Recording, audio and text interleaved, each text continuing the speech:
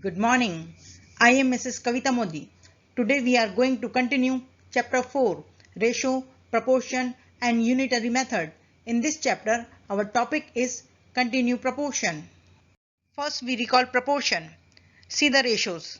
1 upon 2 is equal to 4 upon 8. If we simplify, we get 1 upon 2 is equal to 1 upon 2. Equal ratios are called proportion. So we can say that 1, 2, 4 and 8 are in proportion, where 1 and 8 are called extremes and 2 and 4 are called means.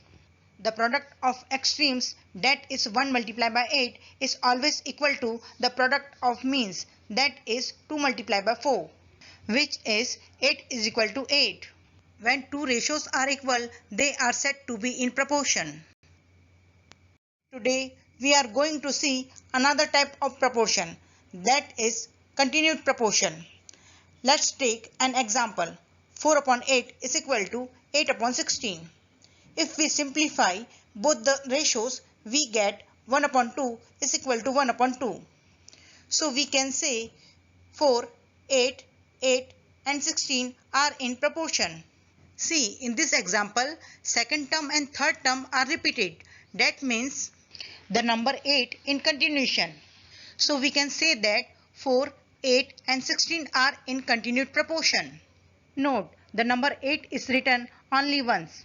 So we conclude that the quantities are said to be in continued proportion if the ratio of the first term and second term be equal to the ratio of second term and third term.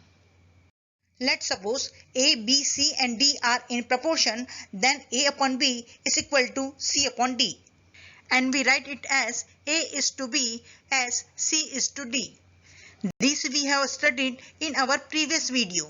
Suppose the three quantities x, y and z are said to be in continued proportion if x upon y is equal to y upon z. And we can write it as x is to y as y is to z. And we know that the product of extremes is always equal to the product of means. That is x times z is equal to y square. So we can say that x, y, y, z are in proportion and x, y, z are in continued proportion. Because here you can see we are having y in continuation. To understand it in a better way, let us solve some questions. Question number 1. Are 48, 36 and 27 in continued proportion? Here we have to find out 48, 36, 36 and 27 are in proportion. So the product of extremes is equal to 48 multiplied by 27, which is equal to 1296. And product of means is equal to 36 multiplied by 36. We get 1296. See, in this question, product of extremes is equal to product of means, that is 1296 is equal to 1296. So we can say that 48, 36 and 27 are in continued proportion. Let us solve one more question. Question number 2. Are 27, 36 and 42 in continued proportion? See, here we have to find out 27, 36, 36 and 42 are in proportion. We know that product of extremes is equal to 27 multiplied by 42. Now do the multiplication. We get 1134 and product of means is equal to 36 multiplied by 36. Now do the multiplication. We get 1296. So what you observe? Yes, product of extremes is not equal to product of means. That means 1134 is not equal to 1296. So we conclude that 48, 36 and 27 are not in continued proportion. Let us solve one more question. Question number 3. Are 3, 9 and 27 in continued proportion? See, here we have to find out if 3, 9, 9 and 27 are in proportion. We know that product of extremes is equal to 3 multiplied by 27. Now do the multiplication. We get 81 and product of means is equal to 9 multiplied by 9, which is equal to 81. So what you observe? Yes, product of extremes is equal to product of means. That means 81 is equal to 81. So we can say that 3, 9 and 27 are in continued proportion. Let us solve one more question. Question number 4. Fill in the box so that 6, 18 and box are in continued proportion. Here we have to find out if 6, 18, 18 and box are in proportion. Let's suppose the digit which comes in box is A. We know that product of extremes is equal to product of means. Now put the value. 6 multiplied by A is equal to 18 multiplied by 18. By cross multiplication, A is equal to 18 multiplied by 18 upon 6.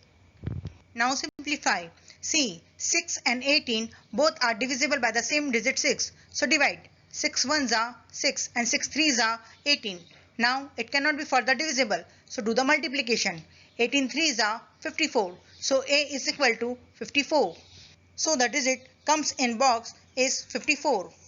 And if we write 54 in box, 6, 18 and 54 are in continued proportion. Let us solve one more question. Question number 5. Fill in the box so that box 32 and 64 are in continued proportion. Here we have to find out if box 32, 32 and 64 are in proportion. Let's suppose the digit which comes in box is A. We know that product of extremes is equal to product of means. Now put the value. A multiplied by 64 is equal to 32 multiplied by 32. By cross multiplication, A is equal to 32 multiplied by 32 upon 64. Now simplify. See, 32 and 64 both are divisible by the same digit 32. So divide. 32 ones are 32 and 32 twos are 64. Again, 2 and 32 both are divisible by the same digit 2. So divide. 2 ones are 2 and 2 16s are 32. Now it cannot be further divisible. So do the multiplication. 16 ones are 16. So A is equal to 16. So if we write 16 in the box, 16, 32 and 64 are in continued proportion. Let us solve one more question. Question number 6. Determine if the following ratios are in proportion. A.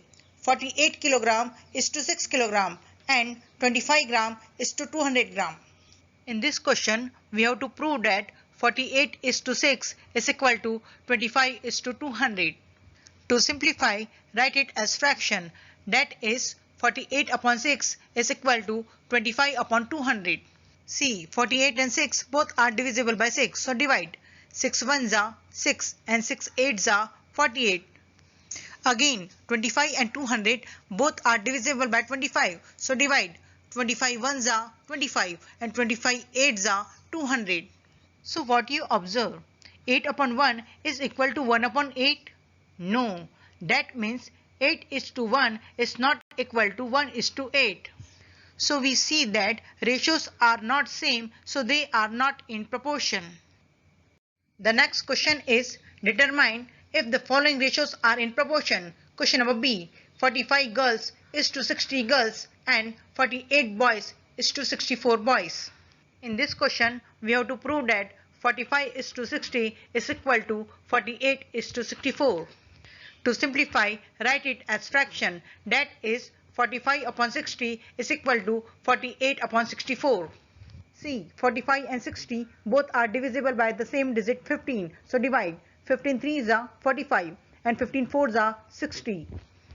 Again, 48 and 64 both are divisible by the same digit 16. So divide. 16 threes are 48 and 16 fours are 64. So we get 3 upon 4 is equal to 3 upon 4. That means 3 is to 4 is equal to 3 is to 4. We see that ratios are same, so they are in proportion. Let us solve one more question. Determine if the following ratios are in proportion. Question number C. 5.2 liter is to 3.9 liter and 3 milliliter is to 4 milliliter. If 5.2 is to 3.9 is equal to 3 is to 4, then the ratios are in proportion. To simplify, write it as fraction, that is 5.2 upon 3.9 is equal to 3 upon 4. Let's convert decimal number into whole number. See, 3.9 has one digit after decimal, so we multiply numerator and denominator by the same number 10. We get 52 upon 39 is equal to 3 upon 4. See, 52 and 39 both are divisible by 13. So divide. 13 3s are 39 and 13 4s are 52. So we get 4 upon 3 and 3 upon 4. So what you observe? 4 upon 3 is equal to 3 upon 4? No. That means 4:3 is not equal to 3:4. So we see that ratios are not same, so they are not in proportion. I hope you all understand proportion and continued proportion. Thank you. Have a beautiful day.